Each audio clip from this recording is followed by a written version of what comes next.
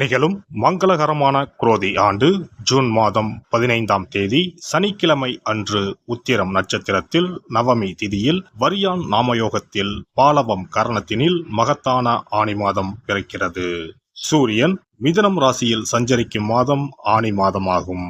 உத்தராயணத்தின் கடைசி மாதமாகும். ஆன்மீக சிறப்புகள் கொண்ட மாதம் இதுவாகும்.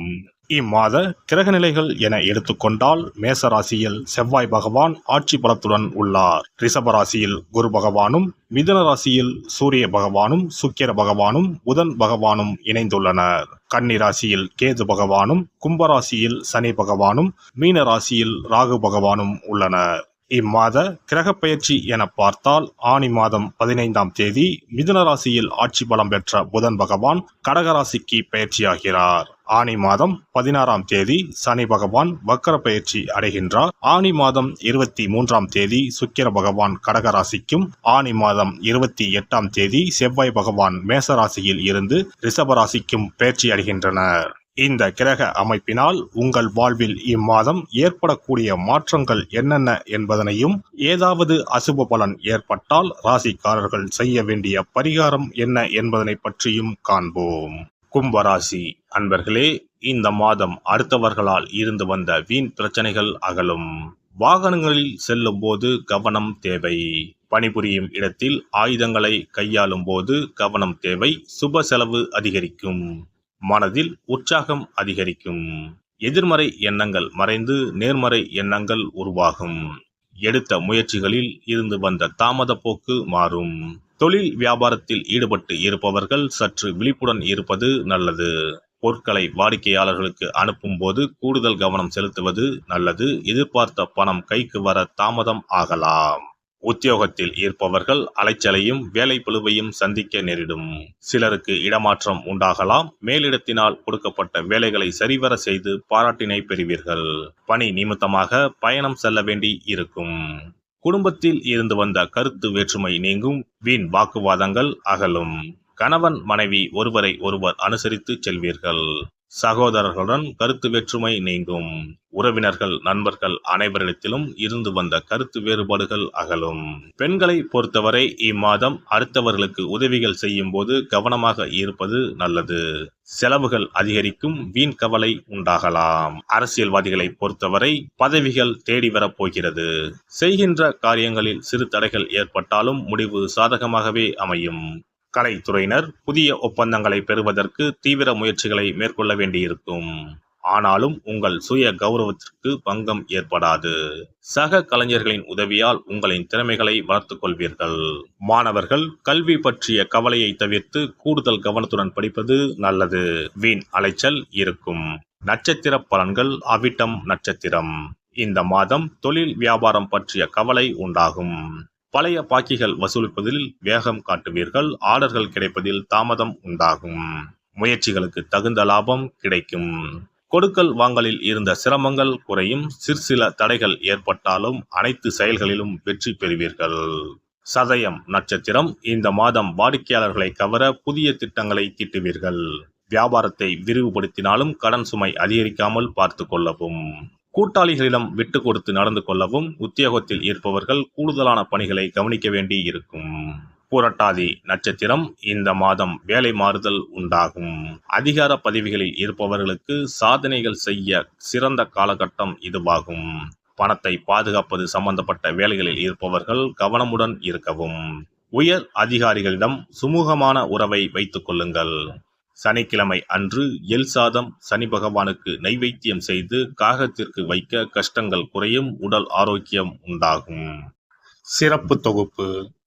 கழுத்தை நெரிக்கும் கடன் பிரச்சனையால் கஷ்டப்படுபவர்களுக்கு எளிய பரிகாரங்கள் உள்ளன.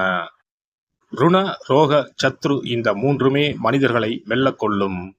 அதிலும் கடன் பிரச்சனை கவலையை ஏற்படுத்தி மனிதர்களை கலங்க வைத்துக் கொள்ளும். கடன் பிரச்சனையால் கஷ்டப்படுபவர்களுக்கு எளிய பரிகாரங்கள் உள்ளன. இந்த எளிய பரிகாரங்களை நம்பிக்கையோடு செய்தால் நிச்சயம் பலன் கிடைக்கும். ஒருவரின் ஜாதகத்தில் 6ஆம் இடம் கடன் ஸ்தானத்தை குறிக்கும். கடன் பிரச்சனையால் இன்றைக்கு பலரும் தற்கொலை செய்து கொள்கின்றனர். சக்கரத்தாழ்வார் அருள் இருந்தால் கண்டிப்பாக கடன் பிரச்சனைகள் நீங்கும். பெருமாள் கோவிலுக்கு சென்று சனி மற்றும் புதன்கிழமைகளில் சக்கரத்தாழ்வார் சன்னதியில் துளசி மாலை சாற்றி 12 முறை வலம் வர வேண்டும். ஒவ்வொரு முறை வலம் வரும் பொழுதும் கடன் தீர்வதற்கு மனமுருக நம்பிக்கையோடு வேண்டிக் கொள்ள வேண்டும். தொடர்ந்து 12 வாரங்கள் செய்தாலே கடன் பிரச்சனை தீர்ந்து மன நிம்மதி ஏற்படும். மேசராசியில் பிறந்தவர்கள் தயிரை கொண்டு இனிப்பு பலகாரம் செய்து ஒவ்வொரு வெள்ளிக்கிழமையும் மாலை வேளையில் பசுவுக்கு கொடுத்து வர கடன் பிரச்சனைகள் தீரும். விருச்சிக ராசியில் பிறந்தவர்கள் ஞாயிற்றுக்கிழமை அன்று லட்சுமி நரசிம்மருக்கு காய்ச்சிய பசும்பால் அல்லது பானகத்தை பிரசாதமாக வைக்க வேண்டும். 48 நாட்கள் இந்த பூஜையை செய்தால் கடன் தொல்லையில் இருந்து விடுபடலாம். ரிஷபராசியில் பிறந்தவர்கள் ஜவ்வரிசி கொண்டு இனிப்பு தயாரித்து அதை வெள்ளிக்கிழமையன்று பசுவிற்கு மாலை வேளையில் கொடுத்து வர கடன்கள் அடைந்து சுகம் பெறலாம். துலாம் ராசிக்காரர்கள் பசும்பாலை சுக்கிர ஓலையில் வில்வ மரத்திற்கு ஊற்றவும். 24 வெள்ளிக்கிழமை செய்திட நிச்சயமாக கடன் தீரும். வெள்ளிக்கிழமையில் அரச மரத்தடி விநாயகருக்கு அகலில் 11 தீபமும் 11 முறை வலம் வந்தும் வழிபட்டால் கடன் தீரும். மிதுன ராசிக்காரர்கள் தினசரி சிறிது தயிர் சேர்த்து குளித்து வரவும். கடன்கள் நீங்கும். மாலை வேளையில் சூரிய தரிசனம் அஸ்தமனத்துக்கு முன் செய்து வரவும். கன்னி ராசிக்காரர்கள் சனிக்கிழமைகளில் உளுந்து வடை தானம் செய்யவும். அதை நீங்கள் உண்ணக்கூடாது. மேலும் துளசிக்கு தினசரி நீர் வார்த்து ஒரு மண் அகலில் நல்லெண்ணெய் விளக்கேற்றி வைக்க ருண நிவாரணம் பெறலாம். கடகராசிக்காரர்கள் ஒவ்வொரு ஞாயிறும் சிறிது வெள்ளக்கட்டியை ஓடும் நீரில் விழவும். கடன்கள் வெள்ளம் போல கரைந்துவிடும். சிம்ம ராசியில் பிறந்தவர்கள் ஒவ்வொரு சனிக்கிழமையும் அரச மரத்தடியில் மண் அகலில் நல்லெண்ணெய் ஊற்றி கருப்பு திரி கொண்டு 8 விளக்குகள் ஏற்றி வர கடன்கள் அழிய வழி பிறக்கும். மகர ராசிக்காரர்கள் சனிக்கிழமைகளில் எள்ளுருண்டை செய்து பலருக்கு தானமாய் கொடுத்து வர கடன் தொல்லைகள் நீங்கும். கும்பராசிக்காரர்கள் வியாழன் மாலை 6 மணிக்கு குங்குமப்பூ சேர்த்த பாதாம் கீர் செய்து மகா விஷ்ணுவுக்கு நிவேதனம் செய்து முதலில் தான் அறிந்துவிட்டு பின்பு மற்றவருக்கும் தானமாய் கொடுத்து வர கடன்கள் மலமளவென அடைபடும். தனுசு ராசிக்காரர்கள் செவ்வாய்க்கிழமைகளில் ஆலய பணிகளுக்கு செங்கல்கள் முடிந்த அளவு வாங்கி கொடுக்க கடன்கள் அடைந்து நிம்மதி பெறலாம். மீன ராசிக்காரர்கள் செவ்வாய்க்கிழமை அன்று மதியமோ இரவோ நோயாளிகளுக்கு சப்பாத்தியை தானமாக கொடுத்து வர கடன்கள் வேகமாக அடைய ஆரம்பிக்கும். குறைந்தது 9 சப்பாத்திகள் கொடுப்பது நல்லது. செவ்வாய் பகவானை மனதார நினைத்துக் கொள்வது நலம் தரும். பௌர்ணமி நாளில் குலதெய்வத்திற்கு படையலிட்டு வழிபடுவது சிறப்பு. குலதெய்வ படம் இல்லாதவர்களும் குலதெய்வம் பற்றி தெரியாதவர்களும் 5 முக குத்து விளக்கை பூஜை அறையில் ஏற்றி வைத்து படையல் போட்டு கற்பூர ஆரத்தி காட்டி கடன் பிரச்சனை நீங்க மனதார வேண்டிக் கொள்ளலாம். இவ்வாறாக 9 பௌர்ணமிகள் விடாமல் இந்த பரிகாரம் செய்ய கடன் தொல்லைகள் எளிதாக தீர்ந்துவிடும். கடன் தீருவதற்கான வழிகளும் கிடைக்கும். இந்த பரிகாரத்தை அனைத்து ராசிக்காரர்களும் செய்யலாம். எல்லாம் வல்ல இறையருளால் நீங்களும் உங்கள் அன்பு குடும்பமும் உடல் நலம், நீலாயுள், நிறை செல்வம், உயர் புகழ், மெய்ஞானம் ஓங்கி வாழ்க வளமுடன். இந்த வீடியோ பதிவு உங்களுக்கு பிடித்திருந்தால் லைக் பண்ணுங்க, கமெண்ட் பண்ணுங்க, ஷேர் பண்ணுங்க, மறக்காம சப்ஸ்கிரைப் பண்ணுங்க, பக்கத்துல இருக்கிற பெல் பட்டனை கிளிக் பண்ணுங்க. நன்றி, வணக்கம். ஓம் நமச்சிவாய. சிவாய நம.